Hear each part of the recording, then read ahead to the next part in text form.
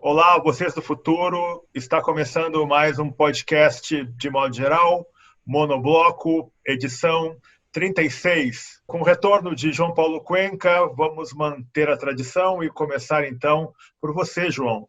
Olá, meus queridos, minha querida. Boa tarde, boa noite, bom dia. O que me chamou a atenção essa semana foi o seguinte: ontem eu fui comprar panelas na rua Paula Souza, que é uma rua ali depois da 25, que só tem coisas de panelas e de utensílios, que é uma coisa maravilhosa. São Paulo tem essas coisas que tem ruas de coisas, né? Você quer comprar um vestido de noiva, ou um estéreo dos anos 70, ou uma panela, você tem ruas dedicadas a isso. Mas, enfim, no caminho, eu escuto uma aglomeração na frente do municipal, um pequeno carro de som e tal, e era o Boulos. Ontem, mais ou menos meio-dia, 1 da tarde, do lado do Tato, do Gilmar Tato e do Orlando Silva, PCdoB e PT lá, eles fazendo um evento de campanha. O equilíbrio da minha serotonina no cérebro, o equilíbrio dos meus neurotransmissores, desde o segundo turno, do primeiro turno da eleição, tem sido muito baseado na esperança de que o Boulos pode ganhar essa eleição. A diferença é muito menor do que os estudos de pesquisa estimavam antes do segundo turno, né? Ele está mais perto do que se esperava, e eu acho que a cidade merece uma prefeitura mais humana, uma prefeitura mais dedicada aos direitos mais básicos dos cidadãos da cidade, sabe?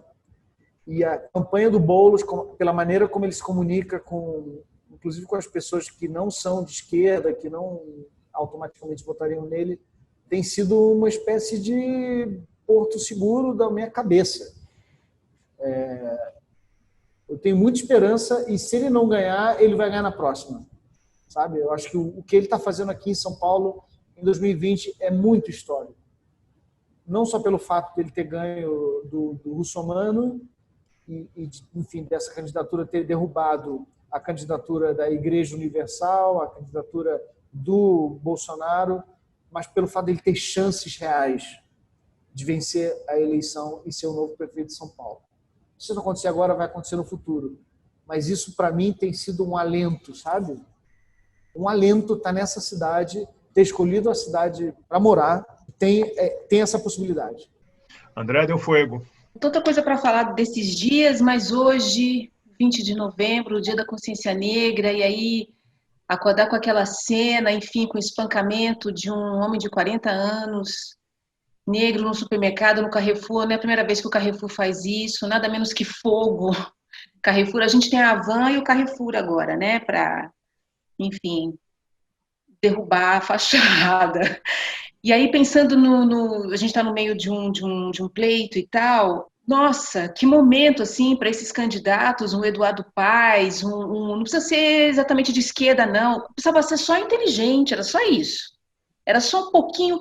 por exemplo, quem teve essa astúcia foi o próprio Dória, que logo, muito cedo, assim, ele se posicionou dizendo do absurdo da situação, e claro que ele está mirando quem? Um Biden, que é um cara que se articula em cima de um movimento negro e percebe esse vento, certo? Também já percebeu a vanguarda do movimento, que a força toda de alguma mudança estrutural, econômica, cultural, vem desse movimento. E, bom, teve até o Moro, né? Até o Moro também, né? Acho que eles estão vendo esse exemplo americano e tal, enfim, que não seja por uma convicção pessoal, sabe? Mas que seja, no mínimo, para perceber qual é perceber o tempo político, o tempo subjetivo. Enfim, em relação à campanha do Boulos, quando eu vi a primeira pesquisa, eu pensei, 50 e tantos % para o Covas e 45% para o Boulos, puxa, tá grande, né? Tá grande. Mas, de repente, se você olha só para um Boulos em São Paulo, com 42%, uau! Só tem 2 anos que esse país, que eu não, né? Que esse país elegeu Bolsonaro. Só 2 anos. Só 2 anos. Sim, minha cara, 20 de novembro, Dia da Consciência Negra, e isso que aconteceu em Porto Alegre, bastante complicado. Eu conversei com alguns jornais, revistas, e a minha fala foi mais ou menos no seguinte sentido: isso é só mais um dia no racismo estrutural brasileiro, nessa lógica injusta, perversa, que a gente vem comentando aqui desde o início do ano, e que passa governos de centro, de esquerda, progressistas. Isso faz parte de uma lógica já denunciada aqui várias vezes, fascista, de estruturação de uma polícia protofascista. E eu acho, sinceramente, que, bom, eu tentei me engajar da melhor forma possível na campanha do Boulos, mas eu concordo um pouco com essa análise, João, quando diz que se não for agora, talvez vá na próxima. Porque o Boulos, no cômputo geral, me parece assim, sabe, o político que mais ganhou com essas eleições aí, com esse processo eleitoral todo. Ele muito se fortaleceu, se afirmou em face, né, de um buraco que é deixado pela esquerda. Você vê que essa campanha do Tato, ela comprovou o que eu venho dizendo há muito tempo, em algumas falas aqui também a gente diz isso claramente, que o PT não consegue mais fazer uma análise da realidade brasileira e não consegue mais dialogar. Você vê que todas as análises que eu pude ver, pelo menos aqui em São Paulo, e até mesmo de uma parcela que eu acompanho lá em Porto Alegre, você vê sujeitos de mais de 55 anos, 50 anos, fazendo análises que não suprem o debate hoje. Nesse sentido, eu também acho, como disse a André Del Fuego, que está bem difícil para o Boulos, mas a gente tem que olhar no longo prazo. Essa ideia, sabe, do imediatismo eleitoral foi que jogou essa área, essa parcela progressista nessa sinuca, né? Porque antes de passar para o Mauro, tentando ser bem rápido, o setor progressista ele deveria ser mais ousado. Essa disputa eleitoral nesse sistema totalmente viciado, contaminado como está aí, ele é muito pouco. E nesse sentido, eu acho que a campanha do Boulos é a mais consistente, sim, porque ele é o único cara que consegue enxergar em perspectiva, né? Mauro. Cara, eu acho, sabe que eu estava pensando, assim, tem dois sentimentos, né? Assim, estava vendo o início da fala do Cuenca, assim, dele falando da cidade, assim. É engraçado que me fez pensar, assim, quando eu cheguei em São Paulo, aqui.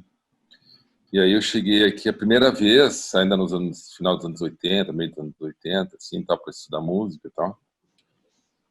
E tinha Maluf, Montoro já estava no poder, eu acho. Montoro já era governador, cara. Os tucanos já estavam no poder, tá? Mas daí a cidade, é engraçado que ela atraía as pessoas, a gente vinha para cá por causa de emprego, para estudar, tudo e tal. Mas, por exemplo, o transporte público era uma bosta, assim, tinha vans, assim, pegava a van onde queria, sabe? Ali ó, embaixo do MASP, ali era um ponto de ônibus, sabe? Aí quando eu vim morar aqui, eu me lembro de ganhar uma bicicleta, né? Lá por anos 2000, ganhei uma bicicleta. Tá? Todo mundo fala, mas tu é louco andar de bicicleta na cidade. Tá? Não tinha carnaval, né? Não tinha Baixo Augusta, não tinha Praça Roosevelt, não tinha... Ali a Praça Roosevelt até teve um cenário ali. E daí, vendo hoje a cidade, é engraçado, porque a cidade melhorou muito, assim, sabe? Do ponto de vista, assim, principalmente para gente aqui que mora na Zona Oeste, que mora no centro, que mora em algumas regiões, ali mesmo Jardins e tal. A cidade... Mas a gente tem sempre essa sensação de que a cidade não muda, né? De que a cidade é uma merda, de que tem uma espécie de colapso do capitalismo. A cidade é muito capitalista, assim, que está apontando as contradições, né? Então é isso, gente. Para onde vamos? Eu queria falar uma coisa sobre o que aconteceu em relação ao Carrefour, que tem um longo histórico, né, já no Brasil, de desrespeito à vida, né? Eu já até dei um RT no Twitter, numa thread que elenca a quantidade de casos bizarros de racismo e de violência de segurança do Carrefour.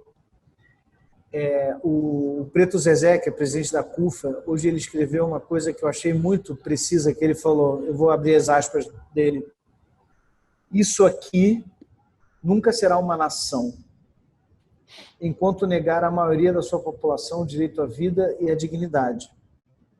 O Brasil é um amontoado de mágoas, desigualdade e injustiça, regado de racismo por todos os lados.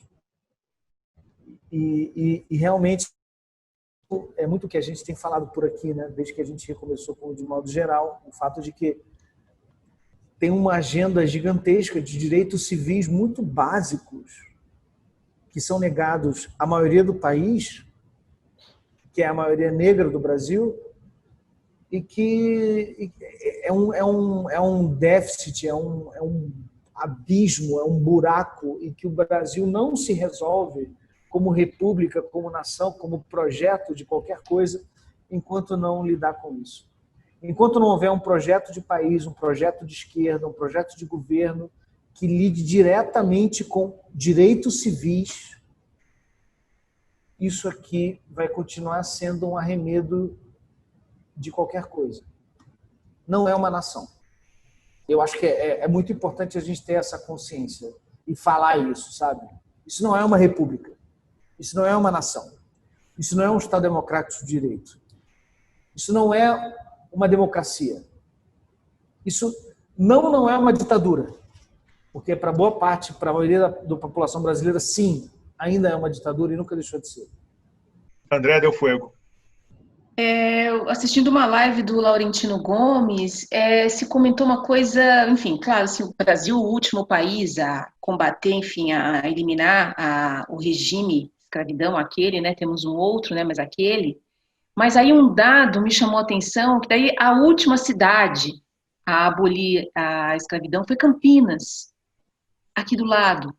E eu fiquei pensando nisso, isso deu uma localizada, assim, na minha cabeça, num tempo e num espaço, que a meia hora daqui ainda havia ali fazendeiros ainda com seus, enfim, nesse regime, com essa ideia, com essa... Mas a outra coisa que eu queria comentar também é sobre planejamento, né?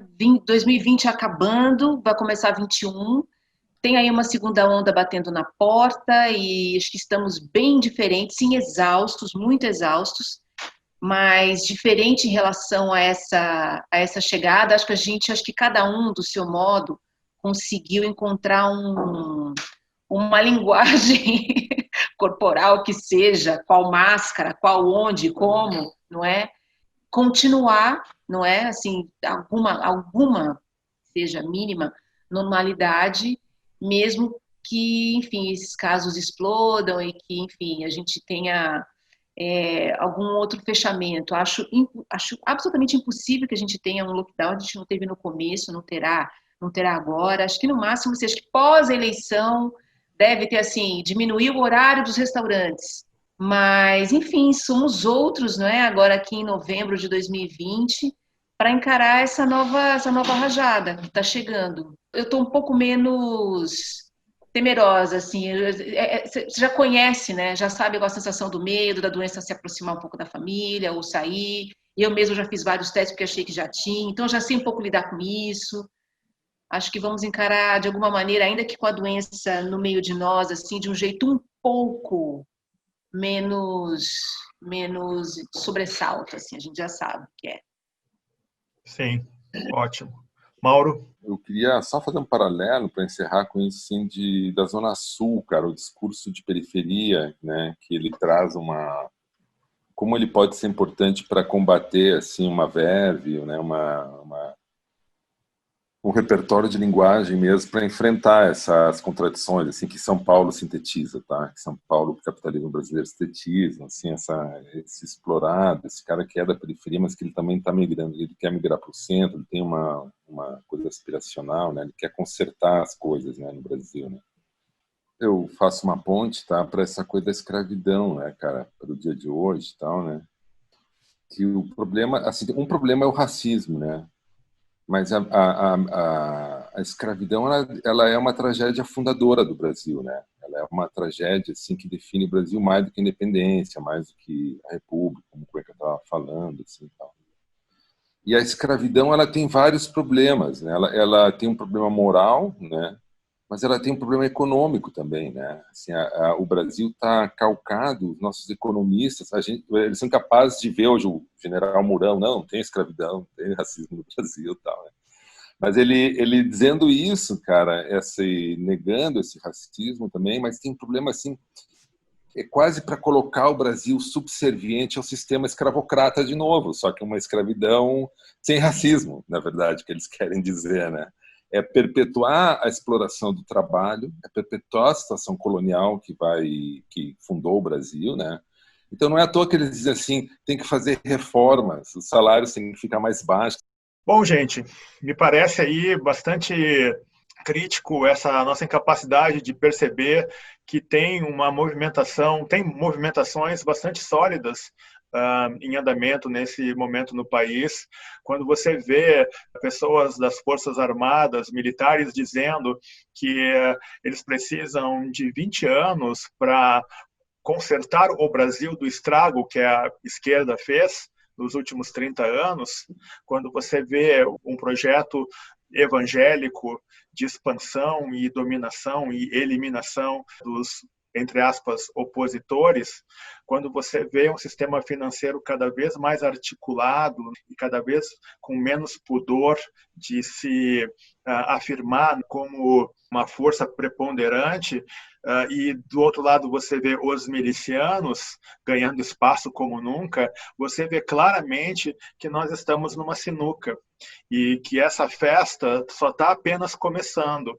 Eu tenho certeza que hoje, na atual conjuntura, Bolsonaro, por exemplo, é tranquilamente descartável dentro desse projeto, dessa inteligência militar que se articulou desde o governo Fernando Henrique Cardoso e ganhou bastante espaço nos governos Lula e Dilma. Então, houve assim uma certa ingenuidade em não perceber que os militares, eles nunca deixaram o poder, sabe? Eles nunca saíram de cena, eles não foram responsabilizados como deveriam ter sido. Então, eu vejo assim essas forças correndo paralelamente, que é sistema financeiro, donos das grandes terras, os evangélicos, né, neopentecostais e as forças armadas, que estão muito tranquilas. Se você analisar, hoje nós estamos num pleito eleitoral que na conjuntura imediata chega a ser ingênuo se você considerar que nós já sofremos um golpe militar. Eu duvido que você consiga retirar esse bando de militar que ocupou o governo federal no curto prazo, no médio prazo. E eles têm uma doutrina, gente. Isso que se fala de que os militares brasileiros perderam a noção do nacionalismo, da luta pela pátria, né, esse retorno a uma adesão à cartilha militar norte-americana, à programática norte-americana, é assim a maior prova da nossa incapacidade de articular um projeto, né? Então, eu acho que a esquerda e o campo progressista continua contaminada, sabe, por uma vaidade cega e por uma ingenuidade. Eu acho que o Boulos é uma representação e é uma esperança, sim, sabe? Mas tem que ver como você reproduz e amplia esse debate. Lá em Porto Alegre, com essa declaração do vereador Walter Nagelstein, né, cujo pai eu conheci e era uma pessoa muito diferente dele, houve uma declaração muito clara, muito explícita do movimento negro, quando disse, olha, nós temos pessoas que chegam à vereança, mas isso é uma articulação do movimento negro. Isso não se deve nada à esquerda. Então, não vem botar na conta da esquerda esse êxito, né, este momento, porque não foi a esquerda que nos trouxe aqui, foi a luta e o sofrimento do movimento negro. Então, eu aposto muito nessa articulação, sabe, dos trabalhadores, do movimento negro, mas é um caminho muito longo para onde vamos. Eu acabo de ver uma notícia aqui na internet. Não sei, isso vai pro ar daqui a poucas horas, eu imagino, amanhã. Então a notícia vai ser fresca. O Márcio França, ele acabou de publicar nas redes sociais dele que ele será neutro no segundo turno em São Paulo. O PDT vai fazer parte de uma de uma frente contra o Covas, né, o partido do Márcio França, PDT, PT, PSB, PCdoB e o PCB. E o Márcio França tira tira da reta, né, aquilo que ele tem. É uma postura muito lamentável, assim, muito lamentável, principalmente porque, fazendo isso, ele meio que endossa uma situação em São Paulo de desrespeito aos direitos mais básicos do cidadão e de muitas agendas que são centrais no Brasil agora. Eu moro no centro de São Paulo. Eu nunca vi essa cidade tão abandonada, como eu falei ali. E eu nunca vi tantas pessoas em situação de penúria tão grande. O que o PSDB fez na cidade de São Paulo, o projeto do PSDB, é um troço desumano. Um político que se diz de esquerda, que se diz defensor de certos valores, não se posicionar numa hora dessa contra o Bolsodória, contra uma candidatura de direita, porque é de direita, é uma vergonha. É vergonhoso. A postura do França é vergonhosa. Eu não acho que o Boulos, não acho que ele vai conseguir. Eu acho bem difícil o desafio dele e da Manuela. Eu acho super difícil assim de o cara conseguir enfrentar e tal. Eu até teria dúvidas, mas eu acho que ele sabe que também não adianta, ele tem que se preparar para um médio longo prazo também, não adianta querer consertar e fazer um proselitismo agora de que não, vamos consertar. Quer dizer, ele tem que mais apontar para que haja uma massa de crítica capaz de entender a realidade que a gente está vivendo, né? No momento, agora, uma coisa que me chama a atenção, só que é importante, assim, ó, a vitória dele passaria por ele fazer o que a direita faz com a esquerda, né? Que é minar os consensos de direita, né? Mais importante, ele já tem um consenso de esquerda importante, tá, formado, o Boulos. O problema é que tem que minar o consenso da direita, né? E eles estão meio fragmentados, né? Os tucanos estão para um lado, os bolsonaristas estão para o outro. Então, o melhor jeito do Boulos ganhar é fazer uma contra-inteligência de comunicação, é minar os consensos de direita. É chamar o Covas, por exemplo, de gay, por exemplo, na Deep Web, que acontece assim. Taxar ele como defensor dos direitos LGBT. Isso é que tira voto da direita no Covas, entendeu? Essa que é a loucura do mundo em que a gente vive, né? É que esses consensos fantasiosos e surrealistas, de uma maneira de piroca, não sei o que e tal, dentro dessa mentalidade que a gente tem que quebrar a hegemonia da direita, né? Fazer com que eles briguem entre eles. Isso que vai dar os votos suficientes para o Boulos ganhar, entendeu? Em torno dele já está formado, eu acho, uma hegemonia de esquerda, progressista, que eu acho bem legal. Andréa? No Deep Zap, o Boulos ele está no PSOL, e no PSOL estava o Adélio, e o Adélio é aquele que tentou matar o Messias. E vídeo Crivella usando, então, a ideia de que, então, um colaborador na educação da equipe do PAIS, entrando nas escolas, vai levar pedofilia para o ensino fundamental, que é a tese do QAnon. Então, eu fico me perguntando se nesses 45% do Boulos, a porcentagem que há de evangélicos aí, porque eu acho que é muito grande essa porcentagem para não ter evangélicos. É isso que queria muito saber, sabe? E aí, se ele pegou aí, papai, começamos uma conversão, ok, pode não ser agora, mas chegaremos lá. Porque esse é o nó. Então, eu acho que a gente não está conseguindo enxergar o fato de que os partidos de esquerda perderam bastante espaço, não que isso vai representar, né, um resultado imediato para 2022, mas perderam um espaço importante, e nós temos uma nova dinâmica aí. Você tem novos partidos, né, que ganham espaço, PSD, você tem o DEM, você tem aí uma nova configuração, e está se articulando, eu acho, uma espécie de centro-direita que era ocupado pelo PMDB, está se articulando de novo no nosso país. Eu tenho hoje quase convicção de que essa frente para 2022 não vai acontecer. A esquerda vai toda fragmentada.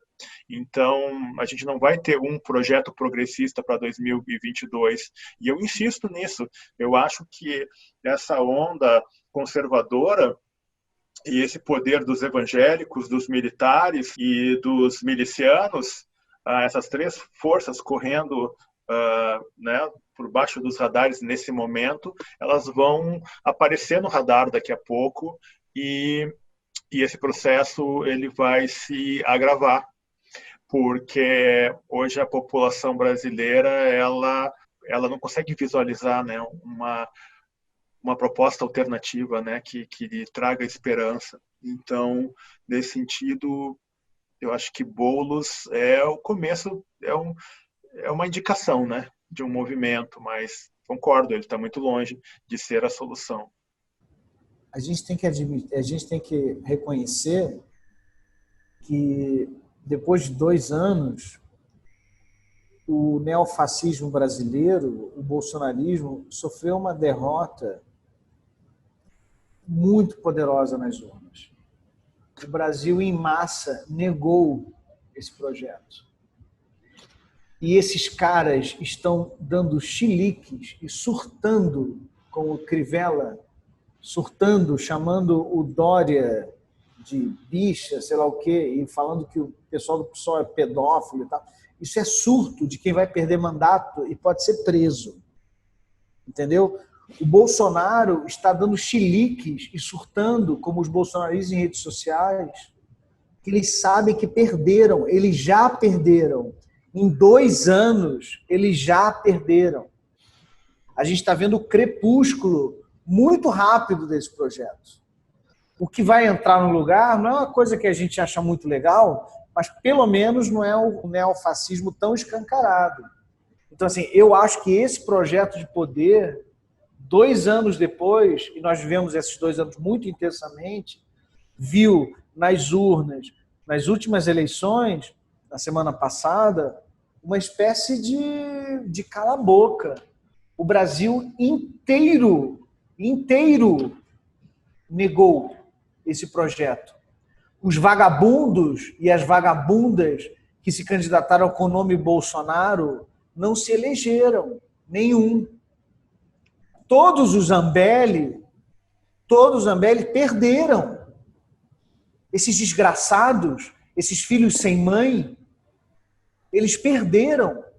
E estão agora tentando deslegitimizar o resultado das eleições.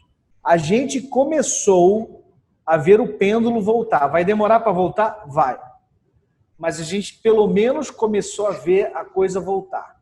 Essas pessoas, e eu, parte dessa minha semana, eu passei indo nas redes deles, eles estão perdidinhos.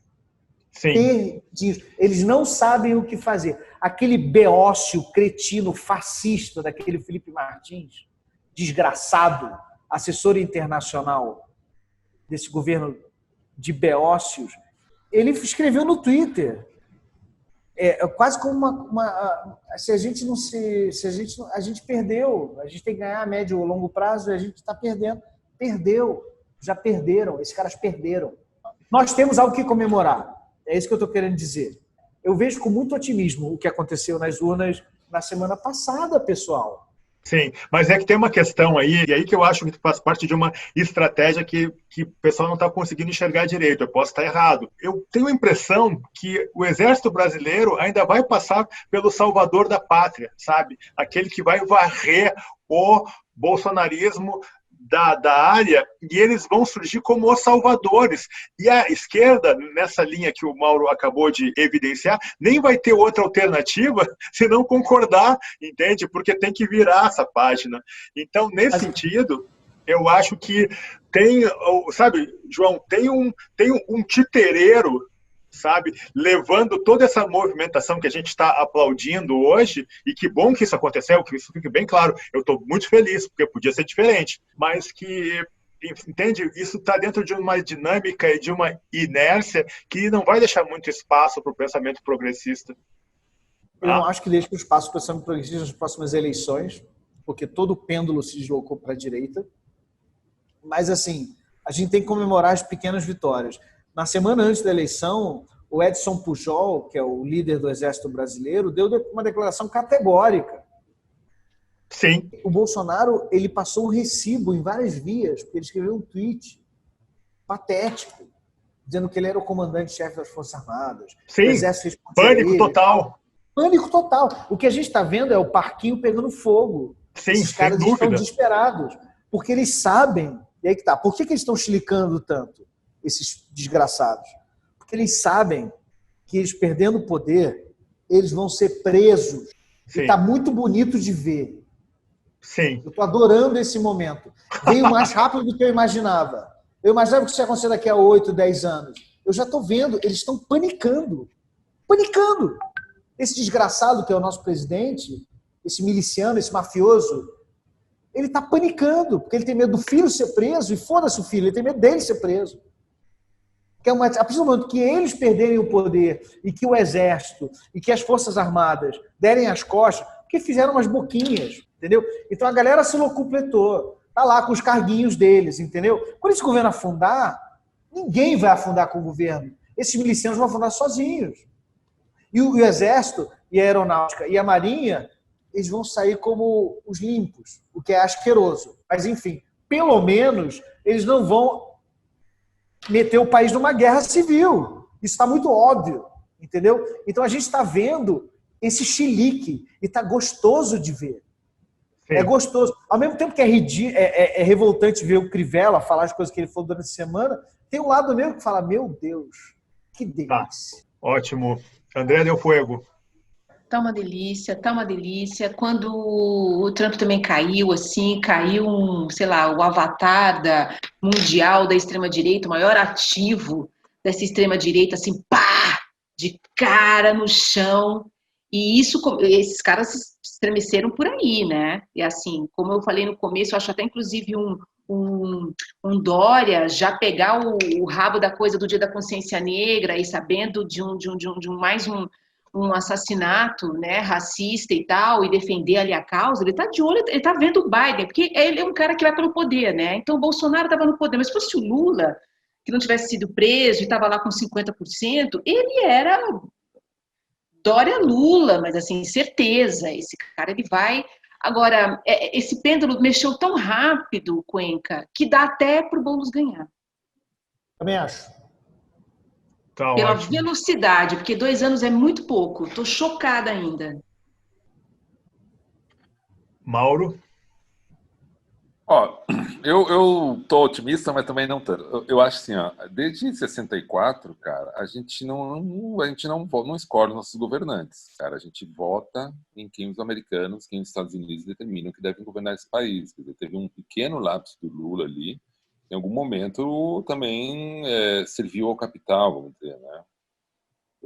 Assim, 73 no Chile, o neoliberalismo, aí deram um golpe na Dilma, daí tiraram o Lula da corrida, né? Ou assim, a crítica, a gente pode fazer críticas à esquerda, enfim, tarará, por tentar jogar esse jogo, mas esse jogo é um jogo ganho no quintal americano, tá? A gente não tem voto nisso, a gente não vota, a gente não determina.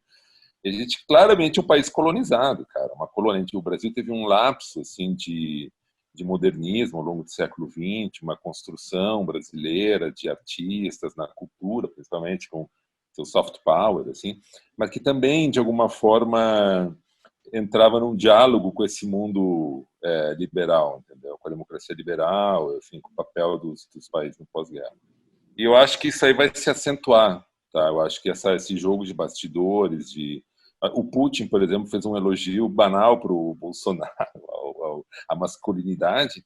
Cara, aquilo ali é uma cobra que já enrabou o Bolsonaro antes do Bolsonaro pensar e o Bolsonaro já ficou feliz, cara, ele já levou.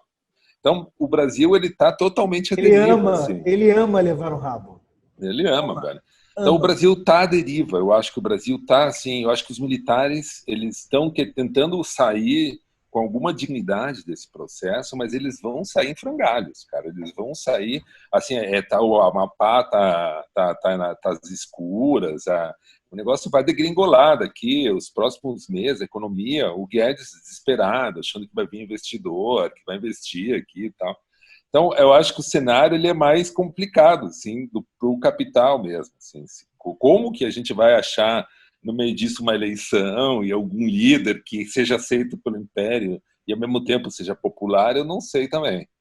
Mas eu tenho muito pouca esperança se não houver uma profunda percepção um debate moral no Brasil, que inclua o fim da escravidão, que inclua a história do Brasil, né? Assim, nesse fechamento de contas, assim, né?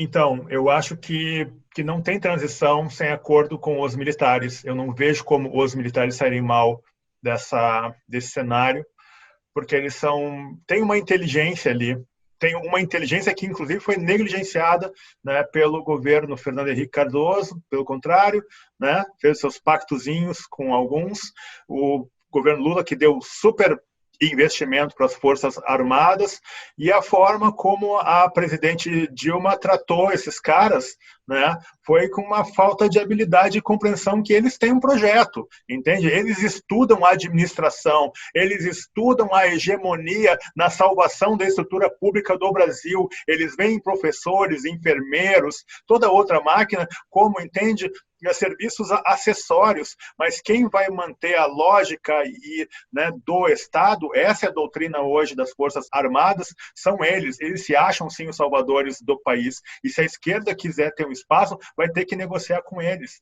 Essa é uma questão que o pessoal não entendeu, nós tomamos um golpe militar, todo mundo fora do Brasil diz isso, o Brasil hoje é uma ditadura, é um governo militar, e nós não enxergamos isso. Então me parece uma certa ingenuidade a gente vibrar dessa forma, né, quando em termos estatísticos, é a direita que ganha um espaço.